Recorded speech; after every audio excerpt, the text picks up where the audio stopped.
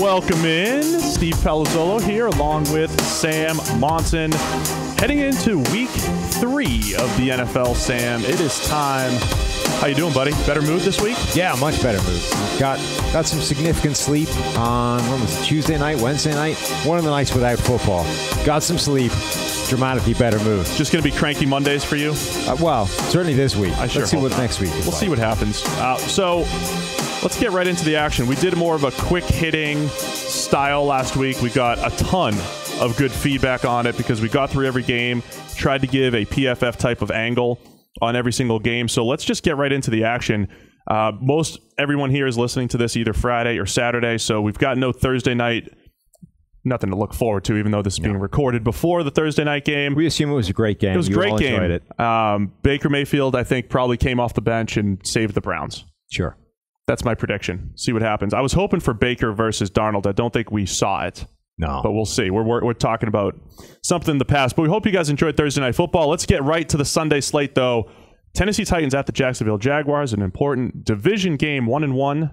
Titans against the Jags. What are we looking for in this one, Sam? Yeah, I'm curious about the Cam Robinson injury thing. Obviously, PFF has never been a great fan of Cam Robinson. You can see immediately looking at his tape that he is a talented player. He can make all the blocks you want. It just doesn't happen that often. And there's an awful lot of bad plays between the good plays. He went out last week. It didn't really hinder them against the Patriots. But his replacement did grade terribly. Sub 50 PFF grades across the board.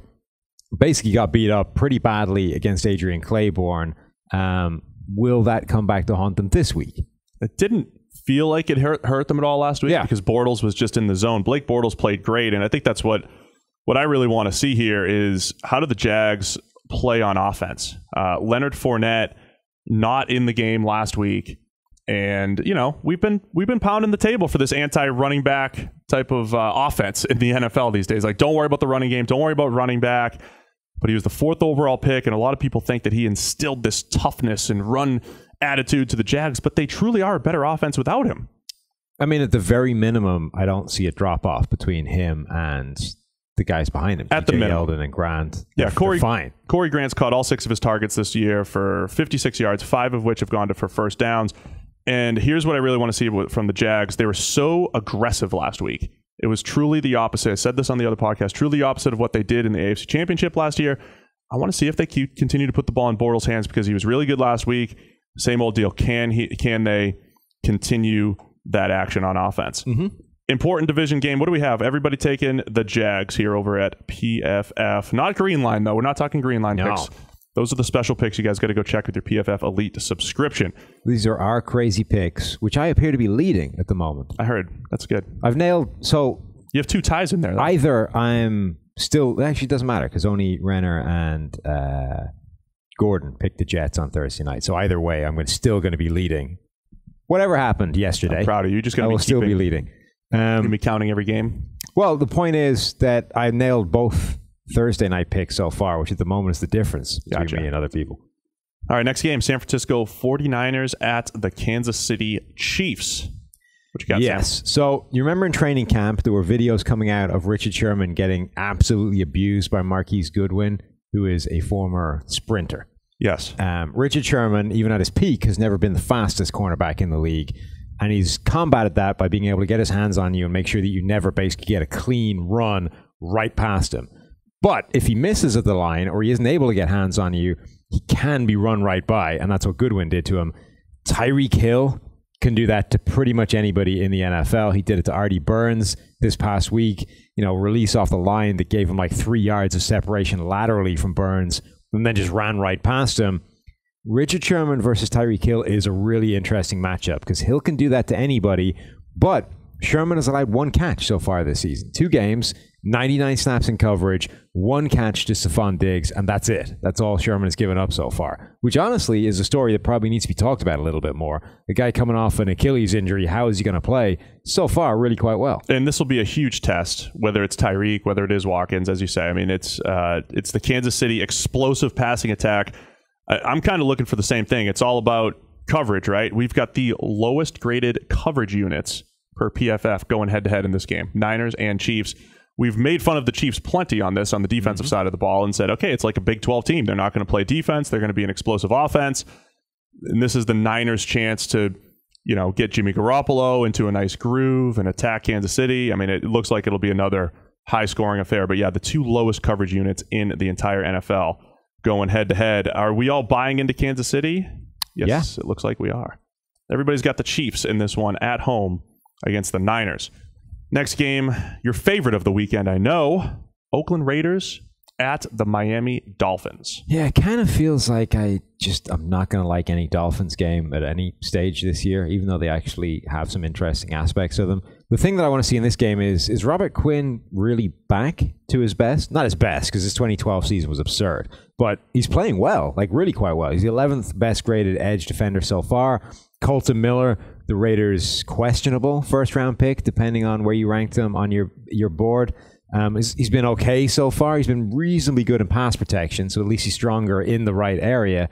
But Quinn, is playing extremely well, and this becomes a fascinating one-on-one matchup on the blind side for the Oakland Raiders. I know you love the blind side. I love the blind side, yes, of course. The blind side flips. So Quinn's an interesting thing because of the Dolphins, the big question marks all over the roster. They needed guys like Quinn to be good, for them to be good. Now they're sitting at 2-0. I'm looking at the other side. I think John Gruden is trolling the media at this point. It's hard to find a top-end pass rusher. It's hard to find a pass rusher, so I'll be watching that Raiders pass rush. Can they get after the quarterback at all? Some numbers behind this. Arden Key leads the Raiders with 4 total pressures so far through 2 games, but his pass rush grade is only 57.8. That's not good. The highest pass rush grade on the team is Bruce Irvin, who has 2 pressures, a sack and a hit. And again, it's not always going to be this linear, more pressures equals better grade. It's about style and how you do it and forced fumbles and other wins that don't count. But that's a bad pass rushing unit right now. Well, it's hard to find good pass rushers, Steve. It's very difficult. Give the man a chance. He's only been there a few months. He hasn't had a chance to find one yet. Our guys have convinced me, though, that it wasn't necessarily the wrong move to move on from Khalil Mack if you're rebuilding this roster. Just as long as you don't spend the next 12 picks you have trying to find your elite pass rusher, that might make it a bad move. First one where we disagree. You've got the Dolphins. I have the Raiders. You got the Dolphins going to 3-0, huh? Yeah. You're also going to pick against the Raiders every week, I think. Pretty much. Plus, especially going cross-country to Miami. The cross-country move. That's true. That's true.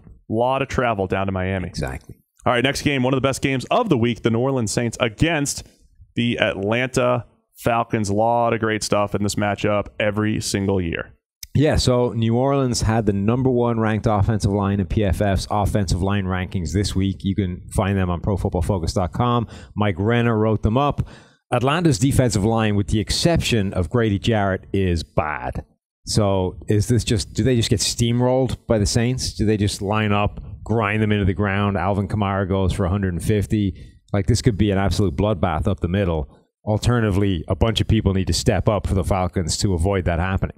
Yeah, the Falcons' defense as a whole is kind of what I'm looking at just because of the big injuries with Keanu Neal and especially Deion Jones. And I think we're going to point to this as one of the things to watch throughout the season. Deion Jones does his damage against running backs, and Alvin Kamara is this unbelievable weapon for the Saints. So, what do they end up doing on that side of the ball? This is an interesting matchup, though, because the PFF analysts, us Muppets, are, torn on this game. We go either way. Greenline has some very strong opinions on this game. Yeah, I think one of the stronger games of the week. It might end up becoming the pick of the week. Yeah. We'll see. You guys got to check out the PFF forecast for that, and there's a couple other YouTube videos that will, let you know what the pick is here. But they've got strong opinions on the game. We'll leave it at that on the Saints-Falcons game. So it's Duke Riley essentially replacing Deion Jones. I want to watch him every single week because it's so important. A 42.9 grade for him so far this season with Alvin Kamara on the other side. He will be crucial. Who you got in this one, Sam? I got the Saints. think I do too. I do take the Saints, and I don't know. I'm doubting myself a little bit as well. Already. The both Saints corners have given up a passer rating of over 150 so far through 2 games. So Matt Ryan should still be fine after that bad week 1. All right, next game, Buffalo Bills at the Minnesota Vikings. This game generally fascinates me because I was giving you the numbers earlier today. Vegas has this as a 16.5 point spread game. So 16.5 points they think the Vikings are going to win by. And the over-under was what, 40... Did I say it was? 42, 41? It's like 40. Yeah, 40 41, I think. So it's a 16.5 point margin of victory with the total teams combining for 41 points. They're basically saying the Buffalo is about to get absolutely hammered and barely score. Yeah. Which I don't disagree with as a concept. The thing that I'm looking for, though, is Lorenzo Alexander, who... He's a fascinating story, period, of a guy who bounced around the league, played multiple different positions from defensive tackle to off-the-ball linebacker, which is bizarre. Like, most people do not span that spectrum of front 7 players, but he has been like the one ray of light in this malevolent cesspool it's been the Buffalo defense so far through the first 2 weeks of the season. He's the only guy, basically, that's grading well and looking good. Everything else around him stinks. Yeah, pretty much. So I'll be watching the other guy that shouldn't stink over there on the Buffalo side, Tre'Davious White, going up against those Vikings receivers, Stephon Diggs, Adam Thielen, when they're matched up. Maybe Laquan Treadwell. But Tre'Davious, usually he's not necessarily going to go track Stephon Diggs or anything. They're generally not going to flip sides. Treadwell is basically Buffalo. Only still there because they can't cut him without costing themselves money. Yeah, I get it. But Tre'Davious off to a slightly slower start, even though the stats aren't bad. 69 coverage grade so far this season. Again, I don't think Buffalo's back 7 should be as bad as they've looked the first couple weeks. So I think at some point they turn it around at least a little bit. Let's see if it's this week. I'm assuming everybody's got Minnesota in this one. Oh, yeah. All right, Vikings across the board for PFF. Again, Greenline might have a slightly different take on that because they're going up against the number. Indianapolis Colts are going to be taking on the Carson Wentz-led Philadelphia Eagles. I'm pretty sure that's all we're watching. Exactly. Carson Wentz is back. He's coming back off that knee injury. That in and of itself is interesting. Then you get to the added layer of what does Carson Wentz look like this year after last season, because as good as he played last season. So we've had this conversation a lot with Deshaun Watson. There were a bunch of numbers that suggested that Watson would come back down to earth regardless of being injured. There were unsustainably high numbers in a few critical areas. Wentz wasn't quite the same level of absurdity, but he was really, really good on like third down and deep down the field. Those kind of tight window throws. The low percentage stuff he was insanely good at last year. That stuff tends to regress back to the mean. So he could actually end up being a better player, but come back down to earth, regress to the mean in those areas. Just generally, Wentz this year is a fascinating player to watch. Yeah, I think you said it the right way. It's not as extreme as Deshaun Watson, but it's similar. It's a lesser Deshaun Watson type of situation. But both of these guys are coming off of injuries as well, and that affects some of that regression. So what does he look like? One other matchup, I think, though, Quentin Nelson, who a lot of people are just showing. He's the left guard, first-round pick for the Colts, the otherworldly prospect at guard. By our numbers, a slow start for Nelson, even though people are showing him ragdolling people here and there. A slow start, but he's got to face guys like Fletcher Cox in this game. So, that's going to be fun to watch. A guy that we're calling a generational guard in Quentin Nelson getting tested early in his career with guys like Fletcher Cox. Yeah, and now this is perfectly timed because coming out of the Colts game, we get our Captain Andrew Luck reading. And I'm going to go with a couple of tweets, but let's cue the music and we shall read from the captain's latest missives. Let's see, where are we got? There's a couple of tweets here, which I'm going to read both of. Dearest Mother, there has been little time to relish our victory over the Washington unit as we move out once again. A convocation of Eagles in Philadelphia seeks battle. Scouts report their captain, who may or may not be British royalty, returns to the field command. Andrew.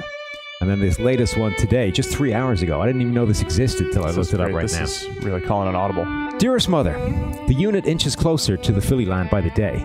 General Reich, once a high-ranking officer for the Eagle Men, aiding them at Bowl Valley, has been tracking their unique trail of feathers and cheese.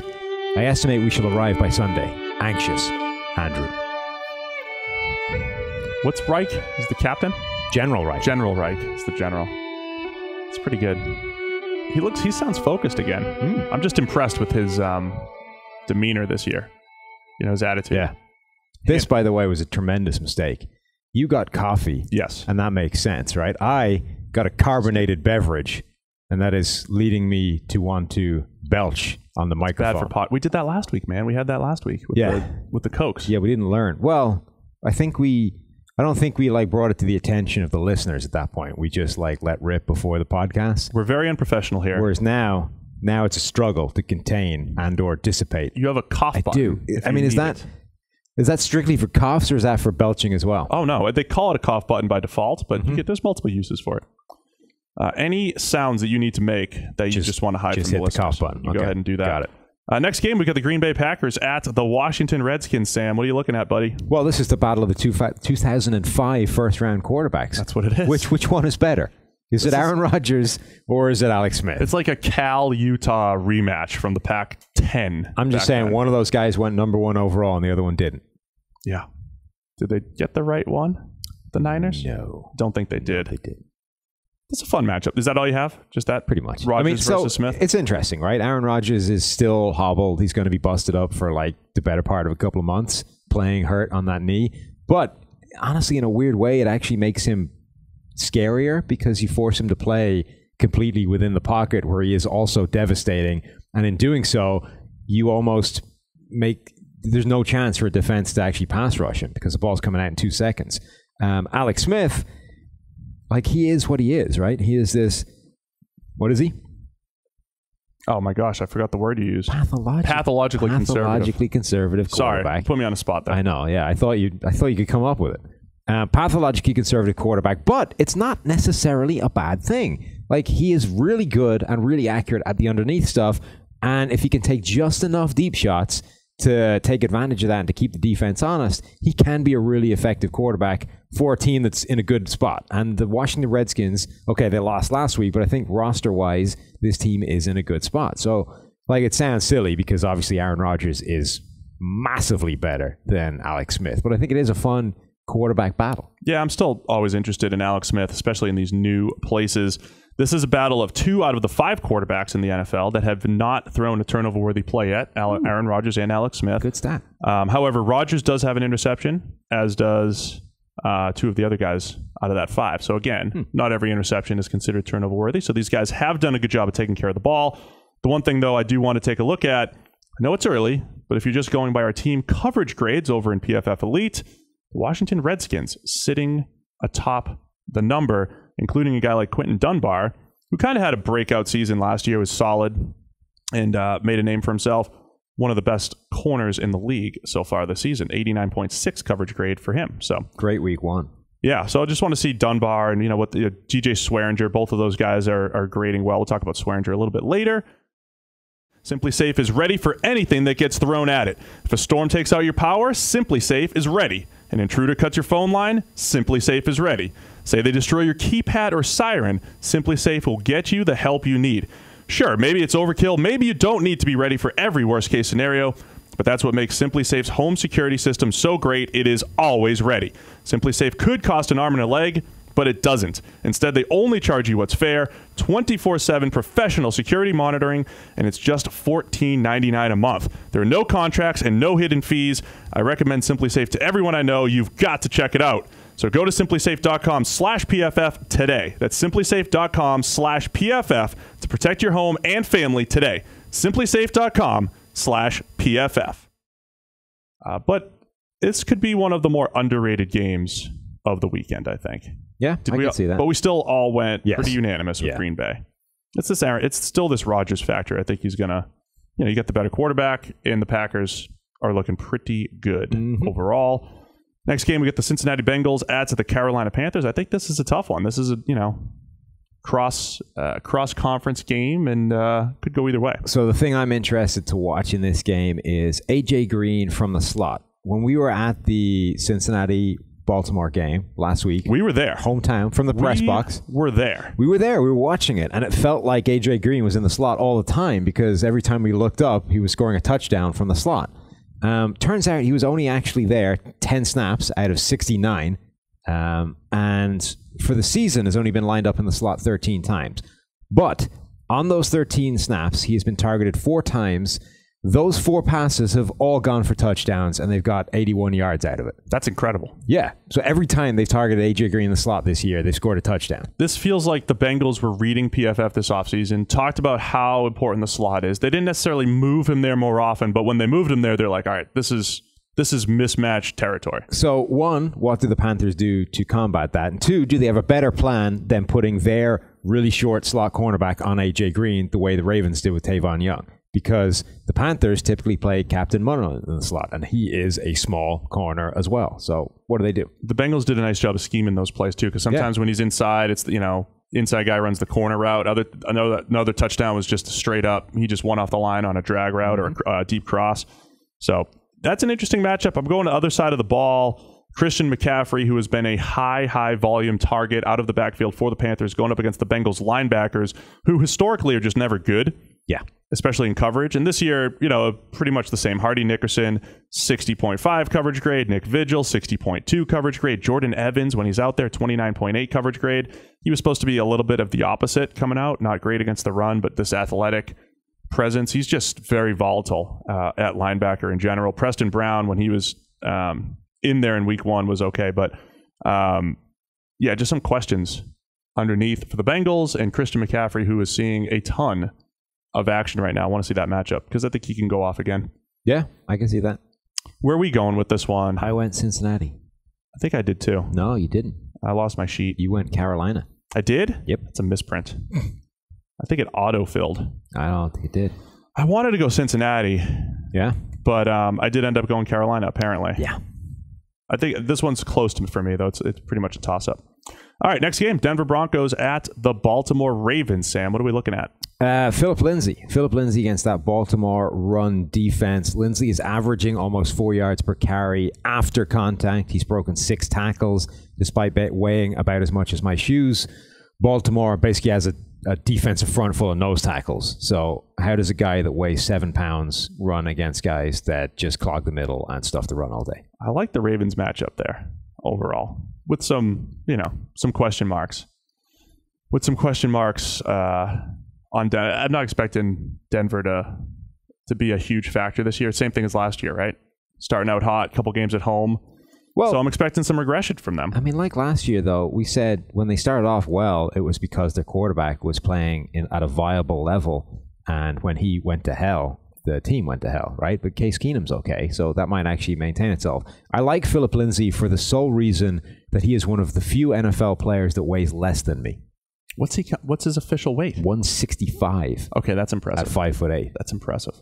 That's not supposed to happen. No. Well, I mean, yeah, there's a much broader spectrum of NFL players that weigh less than you, but there's not that many that weigh less than me. That number's dwindling, by the way. The ones that weigh less than you? Yeah, as I let myself go year over year, like there's far fewer players that weigh less than me. When like offensive tackles start to weigh less than you, that's when you know it's going too far. If we're doing this pod in 10 years, there's a good chance I'm sitting here at 375 as the heaviest player potentially in the NFL. Yeah. There's a good chance the way I'm trending right now. But we just got back from the gym, so yeah, there's like one out of shape offensive tackle the coaches are yelling at every week, and he's the one guy that's heavier than Steve in 10 years' time. Time to get my ass back in shape. Anyway, the Broncos pass rush is what I'll be watching. Von Miller off the edge, James Hurst on the other side. They'll be facing each other plenty. The Ravens were much better in week 1 against a bad Bills defensive front, not nearly as good against the Bengals in week 2 against a good Bengals defensive front. So kind of want to watch that Ravens O-line. Even Marshall Yanda had some trouble with Geno Atkins last week. It's probably worth letting people know, right? For the people on YouTube, it's fairly self-apparent. Steve is a significantly larger human being than me. He is allegedly listed height of 6'10". 6'10". I mean, there's some controversy about that. There's right? no controversy. May or may not be 2 inches shorter than that. But anyway, he's a big human being. Tipping the scales around where, Steve? I'll just go with the most recent reading was 282. Okay, so that puts Steve approximately 10 11 inches taller than I am and somewhere in the region of 100 pounds more than me. Yeah, it's a lot. It is. That's why I can't do as many pull-ups as you. This is true. Our pull-up competition was one-sided. That's just the context when it comes to, the NFL players weighing less than us. I don't think everyone at PFF hates Denver. However, we're all taking Baltimore. Yeah, this is the thing, right? Unanimous could mean everybody thinks your team sucks, or it could just mean every single person thought it was really close. That's all. 49-51 and went 51. Next game, we've got the New York Giants at the Houston Texans. What you got, Sam? Deshaun Watson is currently the highest pressured quarterback in the NFL right now, almost 50% under pressure. Now, over 40 is a high number. Over 45 is typically you can't play under this level of duress. Around 50 is just absurd. 48% was the level Case Keenum was pressured in the NFC Championship game against the Eagles and just had no shot of playing, right? Yep. That is the level Deshaun Watson is under pressure right now. Now, some of that is him. He does bring more pressure on himself than Case Keenum did last year, for example. But the Houston Texans have allowed 7 more pressures than any other offensive line in the NFL so far through 2 games. The lowest pass blocking efficiency score in the NFL, naturally. So I'm kind of fascinated by how that dynamic works over any extended period of time. As with most quarterbacks that extend plays like him, there's a little bit to blame on Watson, of course, but definitely something to keep it. This is what we expected, right? Yes. And this is what we've talked about all offseason. So that's worthwhile. And then I'm going to go Saquon Barkley on the other side. I had a tweet that got everybody all angry. If you take out his 68-yard touchdown run, which you can't take out, it happened, Sam. It absolutely credit to Saquon Barkley for his spectacular Week 1 68-yard touchdown run. However, other than that run, he's averaged 2.4 yards per carry. The cough button worked perfectly. It worked. I wonder if it got picked up over there. You can turn your head, too, to hide from the YouTubers. Well, they saw. 2.4 yards per carry. That's why you need to watch YouTube, so you can see us let rip with belches while the cough button hides it for the audio Download people. and listen and watch. The other thing that I'm kind of curious to know is, given how bad that Houston Texans offensive line is, can Damon Snacks Harrison get some pass rush pressure? Ooh, this could be a marquee game for him. Racks like a 3-pressure game. Yeah, racks up like 3-4 pressures, has a career game. I like it. So yeah, the point with Barkley, it's not to diminish the 68-yard touchdown run, but if you're averaging 2.4 per pop over say 40-ish carries, that's very inefficient for your offense and bad offensive football. So far, he's exactly what we said he was. He is exactly what he said. And the problems have been exactly what we said, that a guy in that situation is like the 3rd or 4th most important thing for the success of the offense. Fix the quarterback, fix the pass protection. The running game is determined by the offensive line blocking for him, and then the running back can give you the value add. You got to fix the first 3 things before you can spend luxury picks on the 4th thing. Yep. So let's just see how his development goes against Houston and the great J.J. Watt up front. Quick break to tell you guys about our friends over at MyBookie. Of course, who you're going to pick is just as important as where you're going to pick them. So you got to get to mybookie.ag. We've been doing some good stuff over there, Sam. How you doing with your wagers so far? Doing okay. It's been up and down. You're betting on something nuts this week, right?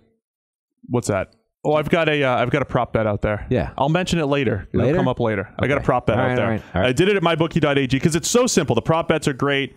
The season-long stuff is great. Plus, they've got in-game stuff. I recommend this to my listeners because they've been good to me. So I'm urging you to make your way to MyBookie. You win and they pay. I mentioned the in-game stuff. Live betting, over-unders on fantasy points scored, and the most rewarding player perks in the business.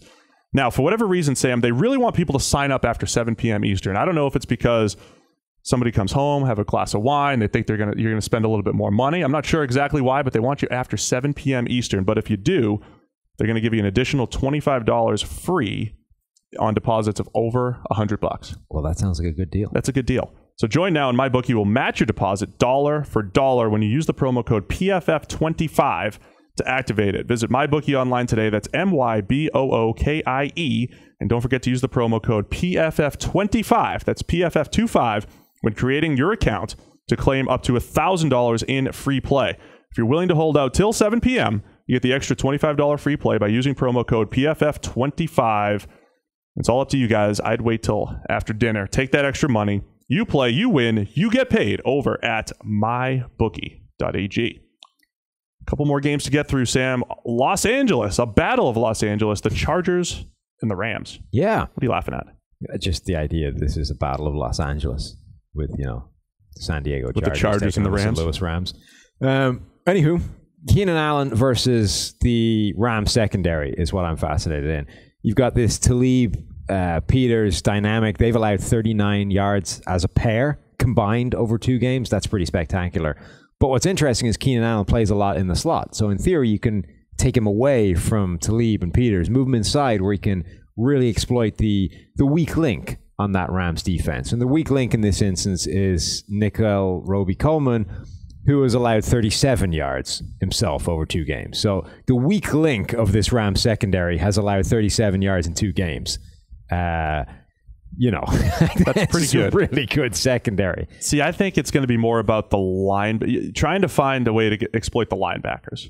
So I know the Rams like to play man coverage and all that stuff, and they'll do their best on Keenan Allen. But if you saw last week's game, the Chargers were just shallow cross after shallow cross after shallow cross. That is like the Rivers to Allen MO is shallow crosses. Shallow crosses, but I think that's going to challenge the Rams linebackers, where if there truly is a weakness on the defense, it's everybody who calls himself a linebacker in this defense, whether that means the outside backers rushing or the inside backers playing in coverage. So I do think that is potentially a matchup to watch. I know you've got some other matchup in this one you want to talk about later, perhaps. Yeah. Anytime the Rams are involved. Mm-hmm. Real quick, other side of the ball, Chargers there, pass coverage, a step back a little bit. Back in week 1, they played the Chiefs. Last week, they played Josh Allen. That's the 2 extremes of the NFL right now. So I do think this is a game that will test them out. The Sean McVay, his pass offense going against that Chargers pass defense, I think will be a pretty fun matchup. Yeah. Do we both have the Rams? Are we all buying in the Rams? Wow. Everybody's got the Rams? Yeah. Well, it's a home game, so. Well, yes, of course. You got to go with the home team if it's close. That kind of travel distance, it's a rough. Just saying, the Chargers, it's going to be a tough week for them. So we're all taking the Rams in that one. Chicago Bears at the Arizona Cardinals. The are who you are, who we think they are. They are who we think they were. We are who they think they are. Wow, you wrote that right off the tracks. Rest in peace, Denny Green. Yeah. Sorry.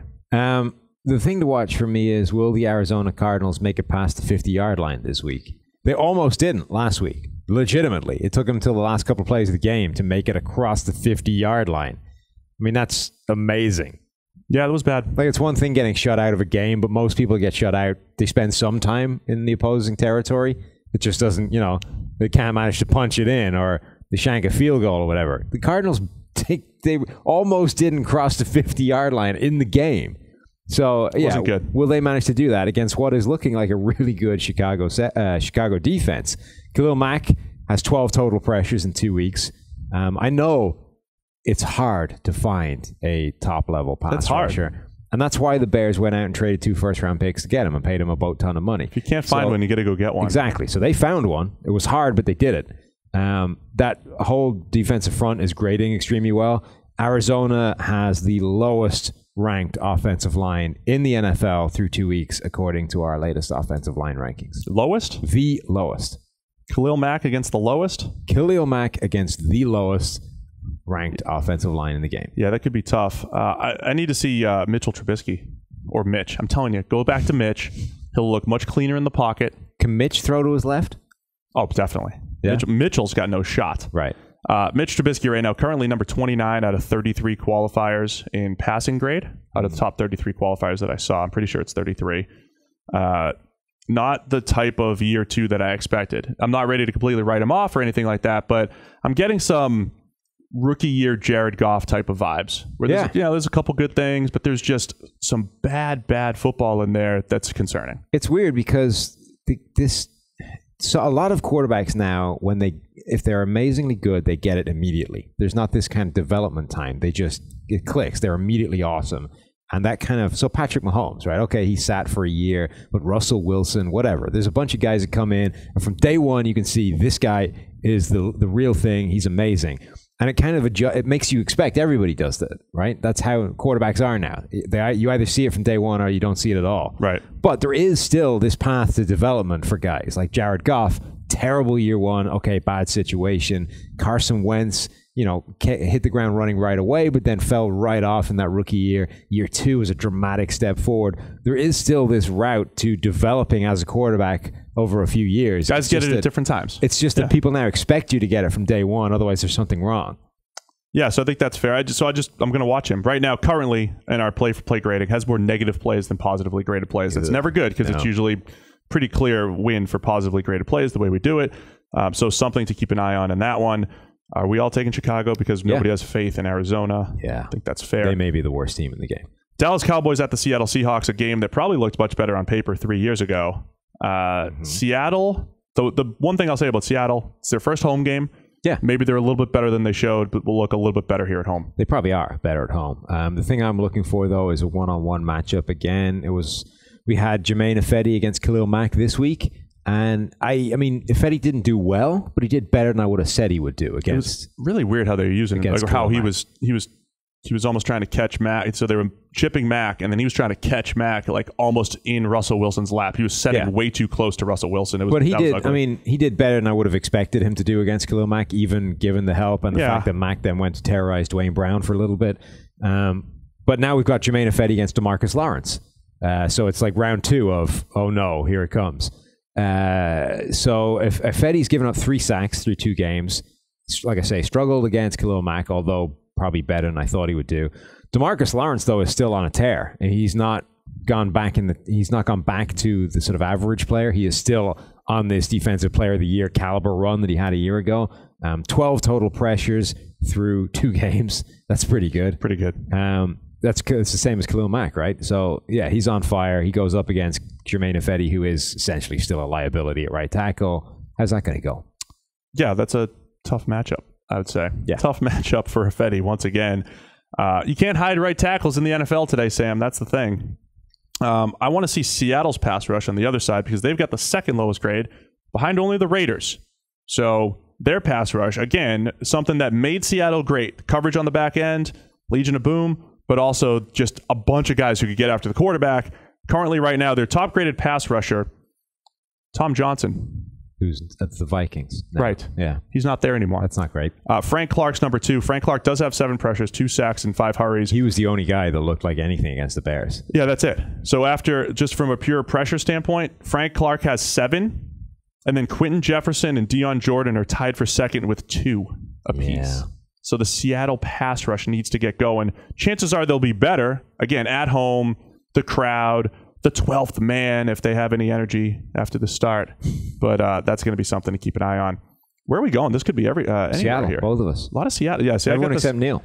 I got the Seattle coming home and looking better. All right, off to Sunday Night Football. New England Patriots at the Detroit Lions. So it's a big question mark because he's still on the injury report after getting cut for this hamstring injury. But Josh Gordon, I want to see him play. So the only thing I'm interested in this game is if Josh Gordon plays. If he's not playing, I'm just not watching. I refuse. The end. So I want to watch the Lions defense against Tom Brady. You've got Matt Patricia, who supposedly knows Brady inside and out. We've seen this story before, former defensive coordinators against Brady or whatever. Yeah. But to me, it's still this fascinating matchup. Like, if Brady ever had to go up against Belichick, how would Belichick game plan against Brady, right? When you have Patricia, I mean, it's like the closest thing to it, I think. Closest thing to it, maybe. So I just want to see this whole thing. The Lions defense has been bad, bottom 5 in our grades, defensively, coverage, all that stuff. That's why my prop bet was over 391 yards for Brady. There you go. Brady in a dome against the Lions defense, coming off a loss. That's a lot of yards. Potentially with like an 87-yard touchdown to Josh Gordon mixed in there. That would help, right? Yes. That's what Gronk only had a couple catches last week. There's like all these things pointing to, let's get back to Gronk. Let's bounce back from last week. We're in a dome. Let's tear it up. Versus those Lions linebackers could definitely get you halfway there. Yeah, so that's what I'm looking at. I'm just fascinated by this whole, if somebody who knows a quarterback inside and out, how do they attack things? Okay. So, we're all taking New England. I'm still not watching if Josh Gordon's not playing. Okay. Well, we'll let you know once the inactives Unless are it's announced. a Sky game, in which case I'm going to have to. Yeah, that's your job. Yeah. But it's Sunday Night Football, so it won't be. Oh, there you go. Perfect. So you're good. Monday Night Football, which coming into the season, it was like, oh, that's an interesting matchup. And now all of a sudden it's like the Pittsburgh Steelers against Fitzmagic. What a fascinating storyline. We need that Fitzmagic music. Our top-graded quarterback. Yeah, top-graded quarterback through 2 games. Not just the top-graded quarterback this season, top-graded quarterback we've ever seen through 2 games by a distance. Like, he's miles ahead of anybody else. 9 big-time throws over 2 games. That's like 3 more, I think, than anybody else. What if I told you, so before the season, I'd be like, oh, we've got the top-graded quarterback against the number 28 graded quarterback. Yeah. It's the Steelers and the Bucks. And Jameis Winston's out for 3 games. Yeah, which one's which? Yeah, of course. Well, Big Ben's ranked to number 1, and Fitz is number 28, right? Yeah. Flip him. Nope. Big Ben. It's insane. At number 28. But the thing is, right, so we're expecting this Fitzpatrick roller coaster to nosedive into a cliff at some point, and you get old Brian Fitzpatrick. But the Pittsburgh secondary is not good. Like, Mahomes just carved them to pieces. They couldn't do anything against him. This is a decent game for that train to keep rolling, right? Yes. Yeah, he's supposed to nosedive. I was wrong. I was completely wrong on calling the regression for Fitzpatrick. We all know it's coming at some point. It just hasn't yet. But this is a good game for it to keep going. It is interesting listening to our guy, Zach Robinson, as we talk at the office, though. We did a little YouTube video talking about Fitz a little bit. And he's just saying how comfortable he is, and he's got no-look passes, and he's just ripping passes left and right that he's just confident in. I mean, there's something to it when you have those receivers. And that's why I want to see the Bucs receivers against the Steelers secondary, because they should absolutely light them up again. Well, it's like what I was saying, that for some reason you can go on a season-long run of outlier play, like Brett Favre in 2009. It is possible. This could be crazy. This could be crazy. So that's it. That's all the games. Bucs wide receivers versus cornerbacks, but we're both still taking Pittsburgh. Yeah. The only person taking Tampa Bay is Zach. No, there's a couple. Sorry, I can't read. Zach, Gordon, Jeff, and Gordon. Jeff Ratcliffe. Oh, so pretty good. All right, we've got a couple segments we started last week. Looking forward to this weekend. Who's going to be our Dalton Coaster of the week? Again, the guy that either is too high or too low. So I think all the people so far we've done have been too high, and we expect them to come back down to earth. I'm going the other way. Big Ben, the 28th ranked quarterback, apparently, according to our PFF grade, so I've just learned, has been terrible through the first 2 games. He's coming back against Tampa Bay. Tampa Bay secondary is still not great. Big Ben is going to come back. Pittsburgh is chaos at the moment. Antonio Brown disciplined for sitting out practice. Apparently irate that they're not like heaving. That's when the Steelers are at their best. Exactly. This is what I'm saying. They're in the foxhole right now. Backs against the wall. It's crisis time. This is when they come out. Big Ben to Antonio Brown, like 200 yards. It's going to be a Big Ben day. I'm going to go DJ Swearinger for my guy that's going to come back down to earth, one of our top-graded safeties, going up against Aaron Rodgers. He's going to have him on a string. Play action, moving left and right. Here's the thing, though. Swearinger's actually kind of good now. I know. I still don't believe in him. I'm still like, I'm like you with freshman players, where you just can't believe that they can get better and become good. You're just ruined by that 1 year where Swearinger seemed to be at the heart of every single coverage bust in the Texans defense. Yeah, well, that's what I'm going with. Okay. Swearinger's coming back down to earth. Biggest mismatch of the year, Sam. Of the week, I'm sorry. Aaron Donald against what passes for the Los Angeles Chargers offense. Do we just tape this segment once and we're just going to run it every week? We could do, but I think this one particular, because the Arizona Cardinals are the 32nd and lowest ranked offensive line in the NFL right now. The Los Angeles Chargers are the 31st and therefore second worst offensive line in the league right now. I mean, the Chargers can never somehow string an offensive line together. Mike Renner, his line with the Chargers is that offensive line was built on an Indian burial ground. The more people that go down, the more I'm inclined to believe that. Aaron Donald versus substandard offensive lineman is just, it's a nightmare. It's ugly. I'm going to go with the one I mentioned earlier, Patriots passing offense against the Lions pass defense, especially Darius Slay. That's key. Concussion protocol. Even though Brady doesn't target receivers anymore, he might now. Well, he might if he has one. Yeah. But again, I just think there's a lot of things pointing to the Pats tearing up the Lions' pass defense. I think that's going to be the mismatch of the week. Okay. Your favorite segment of the week. Yeah. I hope you had something. I know, and you made me forget it. It's what grinds our gears. You wouldn't let me run this on Monday, and now I can't remember what it is. I told you to save it, and then we couldn't remember what it was. We're going to share this one. What needs to happen is on Monday, you need to write down the things that are annoying the crap out of me, because as we've discovered, Mondays are going to be a cranky Sam day. So the best part was when you couldn't remember. When I was trying to figure out, when you were trying to figure out what it was. Yeah. I guessed 50 things that you hate. Yeah. And none of them, that's how many things you hate. Yeah. And I'm like, just stop naming things that I don't like. It's not that wasn't helping. But yeah, we need to tap into cranky Mondays, because that's going to be what's feeding what grinds my gears this week. That's fair. So yeah, we're both going to share this one, and actually it surfaced during that Thursday night game, Baltimore against Cincinnati, in the press box. The underthrown deep ball being bailed out by a defensive pass interference penalty is ridiculous. It's a terrible rule. We are rewarding crappy offensive play. Hate it. And Joe Flacco has been the biggest beneficiary of this over the past decade in the entire league. I can't remember the last deep throw he had that was not underthrown. Torrey Smith made an entire career out of trying to come back through the defensive back for the 10-yard underthrown pass that Joe Flacco sent his way, just throwing your arms out, and then flag comes in. And the counter you get from everybody at this is, well, just turn around, find the ball. Don't play bad defense and it won't be a penalty.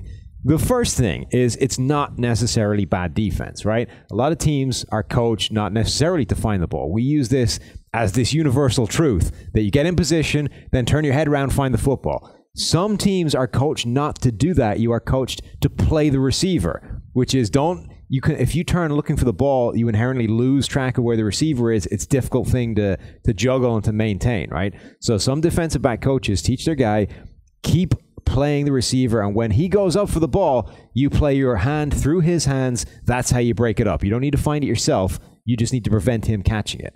So it's not necessarily bad technique or bad defense or anything like that. The other thing is, if the ball is so absurdly out of whack with where it should be, you simply should not have to jump out of the guy's way because he's trying to adjust back through where you are. When you talk about you're entitled to the space you're in, right? Yeah, I should be allowed to keep running in a straight line down the field. I shouldn't have to jump out of your way. I shouldn't have to worry because your quarterback underthrew you by 5 yards. Just because the quarterback underthrew you 10 yards, I shouldn't have to leap out of your way when you're trying to come back for the ball. It grinds my gears too, Sam. Good. We're sharing it this week. It's the worst. Ridiculous thing. There's nothing I hate worse than putting into our PFF analysis tab a negative grade and then for 40 yards. Yeah. For 30 yards. So I think defensive pass. I'm not even one of these people necessarily thinks that defensive pass interference should not be a spot foul, but it should be thrown out of the window if the pass is underthrown by 5-10 yards. Yeah, you just shouldn't call it. And it's perfectly acceptable, I think, to put that on the officials. There's plenty of other judgment calls that are folded into all this stuff. That pass was too bad. Yeah. That's uncatchable, right? If it's an uncatchable throw out of the back of the end zone, it's not defensive pass interference. If it's uncatchable if it's just 5-10 yards underthrown, it should not be defensive pass interference because the pass is so absurdly bad that it doesn't deserve to be rewarded by a penalty. So I could see it. They throw the flag, they huddle, they pick it up, and then wave it back at Joe. Sorry, Joe. 5 yards underthrown. Terrible pass, Joe. Sorry. Yep. Not doing it. We fixed it. Fixed. Grinds our gears. All right, let's wrap it up. That was productive. Usually grinds our gears doesn't go anywhere, but this time we actually fixed it. Yeah, we did. Make better judgment calls, refs. Yeah. Marquee matchup of the week, Sam. What are we looking at? Marshawn Lattimore versus Julio Jones. Every time, every year. 2.1? Year 2, first game? Yeah. 2.1. I like it. Twice a year. Yes. It was fun, rookie year. And Marshawn Lattimore was so good that we actually got to see them track Julio Jones. He went one-on-one. They were going with him the whole way. He had 14 targets, 9 catches, 213 yards, no touchdowns, 1 interception, 2 pass breakups for an overall passer rating of 77.9. Julio whilst in Marshawn Lattimore's coverage. I like it. It's going to be marquee twice a year. I want to debate between a couple marquee matchups because I mentioned Aaron Rodgers versus Washington's pass coverage, number 1 in the NFL so far. And then the one that you mentioned too, with the Chargers, Keenan Allen going against Aqib Talib and Marcus Peters. It can't just be all shallow crosses for Keenan Allen. So I want to see Allen one-on-one with Talib and Peters because he's going to have to win at some point, even if they put him in the slot and it's Roby Coleman. So a lot to like in that game from a pass game standpoint. So that'll do it. We're done. Quick and efficient again. We hope everybody enjoys your Week 3 NFL action. Of course, don't forget to get to ProFootballFocus.com. Get your PFF Elite package. That's where you can find premium stats and our exclusive PFF Green Line picks. All right, guys. Everybody enjoy the week, and we'll talk to you guys Monday with our Week 3 review.